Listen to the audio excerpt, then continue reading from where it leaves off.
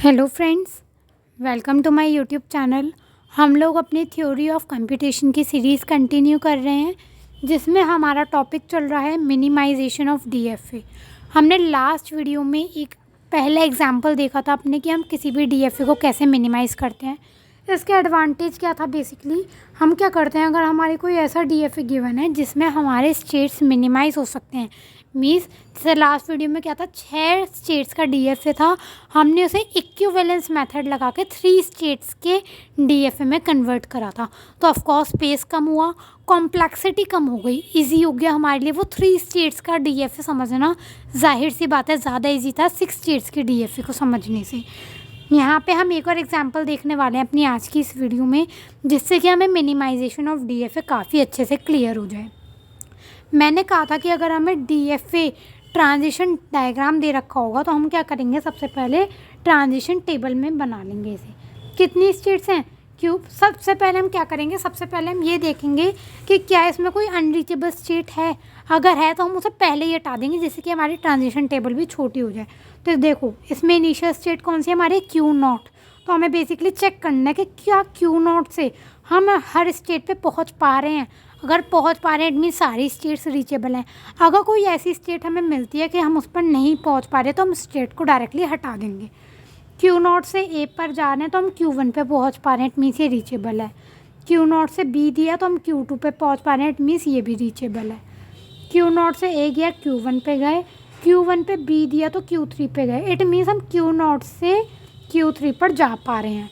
ऐसे ही हमने Q not से क्यू वन पे गए, क्यू वन से क्यू थ्री पे गए, क्यू थ्री से हम क्यू फोर पर जा पा रहे हैं, इट मीन्स हमारी क्यू फोर भी क्यू नॉट से रीचेबल हो गई। इट मीन्स ये सारी स्टेट्स हमारी रीचेबल हैं। तो अब हम क्या करेंगे, इसके लिए पहले हम ट्रांजिशन टेबल बना लेंगे। Q naught, Q one, Q two, Q three और क्यू फोर। क्यू फोर है हमारी फाइनल स्टेट, क्यू नॉट है हमारी इनिशियल स्टेट। इसमें इनपुट सिंबल क्या है हमारे, ए एंड बी, तो ए और बी। ठीक है। क्यू नॉट पे हमने ए दिया तो ये जा रहा है क्यू वन पे, क्यू नॉट पे हमने बी दिया तो ये जा रहा है क्यू टू पर, क्यू वन पे हमने ए दिया तो ये जा रहा है क्यू वन पे, क्यू वन पे हमने बी दिया तो ये जा रहा है क्यू थ्री पे, क्यू टू पे हमने ए दिया तो ये जा रहा है क्यू वन पे, क्यू टू पे हमने बी दिया तो ये जा रहा है क्यू टू पे। अच्छा याद रखना कि डीएफए है तो एक इनपुट सिंबल के लिए एक ही ट्रांजिशन होगा, तो बस हम एक ही देख रहे हैं इसलिए दो ट्रांजिशन तो पॉसिबल नहीं होते ना डीएफए में। क्यू थ्री पे हमने ए दिया तो ये जा रहा है क्यू वन पे, क्यू थ्री पे हमने बी दिया तो ये जा रहा है क्यू फोर पे, क्यू फोर पे हमने ए दिया तो ये जा रहा है क्यू वन पे, और क्यू फोर पे हमने बी दिया तो ये जा रहा है क्यू टू पे। ये हमने बना लिया इसका ट्रांजिशन टेबल। हमने स्टेप वन ऑलरेडी कर लिया। स्टेप वन में हमने ऑलरेडी चेक कर लिया कि सारे रीचेबल हैं या नहीं। रीचेबल अगर कोई सी स्टेट नहीं होती इनिशियल से तो हम उसे रिमूव कर देते, बट सारी रीचेबल थी। अब हम आएंगे स्टेप टू पे। स्टेप टू पे हम क्या करते हैं, इक्विवेलेंसेस निकालते हैं। तो हम सबसे पहले निकालेंगे ज़ीरो इक्विवेलेंस। ज़ीरो इक्विवेलेंस में हम क्या करते हैं, हम सेट्स बनाते हैं। इनिशियल स्टेट वाले सेट एक हम बनाएंगे जिसमें सारी नॉन फाइनल स्टेट्स आएंगी, एक सेट बनाएंगे जिसमें सारी फाइनल स्टेट आएंगी। तो नॉन फाइनल कौन कौन सी है, Q naught, Q one, Q two, Q three. तो Q naught comma Q one comma Q two comma Q three, और एक सेट आएगा हमारे क्यू फोर का जो कि हमारा फाइनल है। हम क्या करते हैं, पहले ज़ीरो इक्विवेलेंस में हम नॉन फाइनल स्टेट्स का एक सेट बनाते हैं, फाइनल स्टेट्स का एक सेट बनाते हैं। अब हम लिखेंगे वन इक्विवेलेंस। वन इक्विवेलेंस में हम क्या करते हैं, ज़ीरो इक्विवेलेंस को चेक करते हैं कि क्या ये सही हैं भी, ये सारे एक साथ आएंगे भी या नहीं। क्यू फोर तो इकला है ही है। अब हमें बस इस सेट को चेक करना है कि ये सारे चारों स्टेट्स हमारे एक साथ आएंगे नहीं आएंगे। हमने क्या करा, सबसे पहले उठाया क्यू नॉट क्यू वन को। क्यू नॉट क्यू वन को हम यहाँ चेक करेंगे। Q naught Q one, Q naught Q one A पे कहाँ जा रहे हैं, क्यू वन पे। क्यू वन एक ही सेट में है। Q naught Q one B पे कहाँ जा रहा है, क्यू टी क्यू थ्री पे। क्यू टू क्यू थ्री भी हमारे एक ही सेट के अंदर है। इट मीन्स हमारा क्यू नॉट और क्यू वन वन इक्विवेलेंस में एक साथ ही रहेंगे। ठीक है। हम अब नेक्स्ट पेयर उठाएंगे Q1 Q2 को। अब हमें Q1 Q2 चेक करना पड़ेगा कि क्या Q1 Q2 एक साथ आएंगे। अब हमने उठाया Q1 Q2 कि क्या ये Q1 Q2 जा रहे हैं एक पे। Q1 Q2 को A पे चेक करा, Q1 पर ही है, Q1 एक ही सेट में है। Q1 Q2 B पे कहाँ जा रहे हैं, Q3 Q2 भी एक ही सेट में है। इट मीन्स हमारा Q1 Q2 भी एक ही सेट में रहेगा, वन इक्विवेलेंस में भी। अब हम उठाएंगे Q2 Q3। अब हम Q2 Q3 को चेक करेंगे कि क्या ये एक सेट में आएंगे। अब हमने उठाया Q2 Q3 को, Q2 Q3 चेक करा, हमारा Q2 Q3 एक पे दे रहा है Q1, तो Q1 तो एक ही सेट में है। Q2 Q3 B पे दे रहा है Q2 Q4। जैसे ही हमने देखा Q2 तो इस सेट में है, Q4 चला गया हमारे नेक्स्ट सेट में। इट मीन्स हमारे B पे अलग अलग सेट हो गए, इट मीन्स Q2 Q3 हमारे एक साथ नहीं जा सकते। तो ये सेट यहीं बंद हो गया और Q3 हमारा अलग बन गया। ठीक है भाई, Q2 इन सब के साथ है, बट Q2 हमारा Q3 के साथ नहीं जा सकता। इट मीन्स Q3 इनके साथ भी नहीं जा सकता, क्योंकि Q2 Q3 तो एक साथ रह ही नहीं सकते ना। अभी जब Q2 इन सब के साथ रह सकता है, इट मीन्स Q3 हमारा अलग चला गया और Q4 हमारा अलग है ही।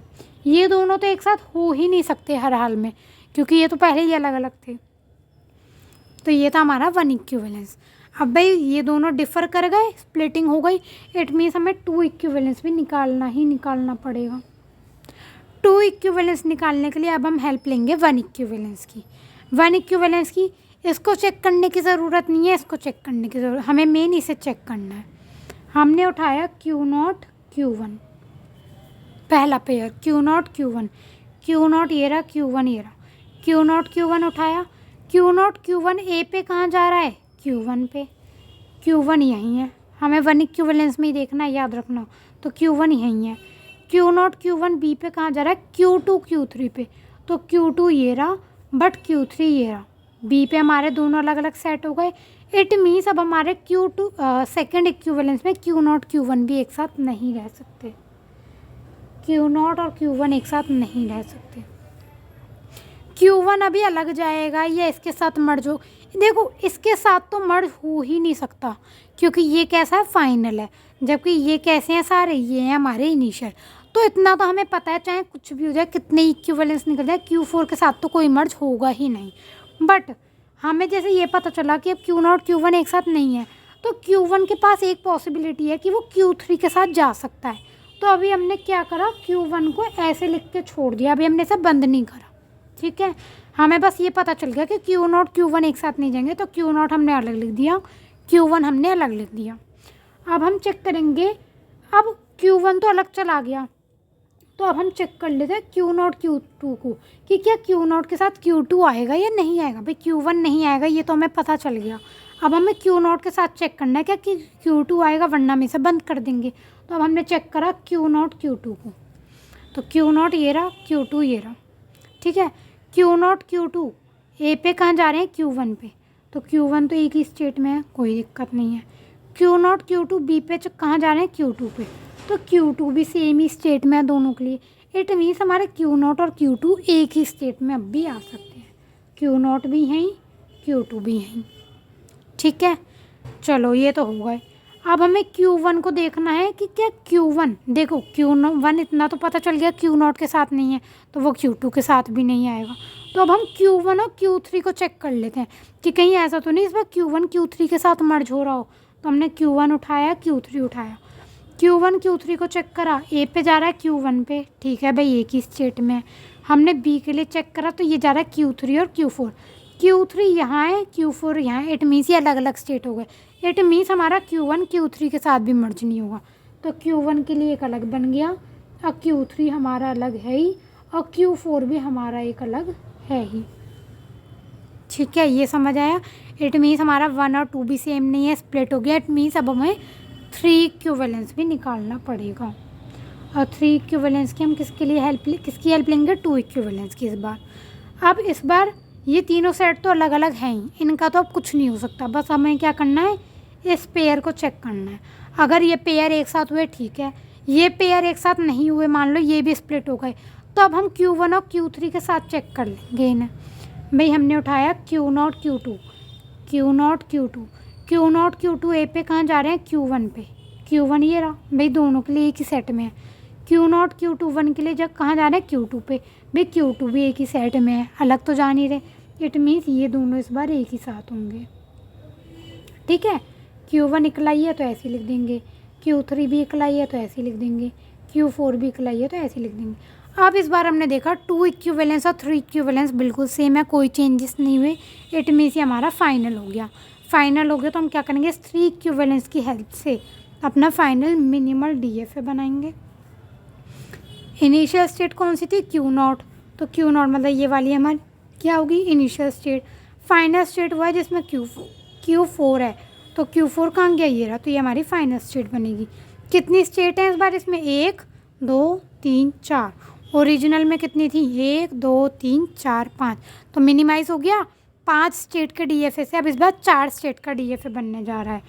तो Q0 Q2 हमारी इनिशियल स्टेट बनी,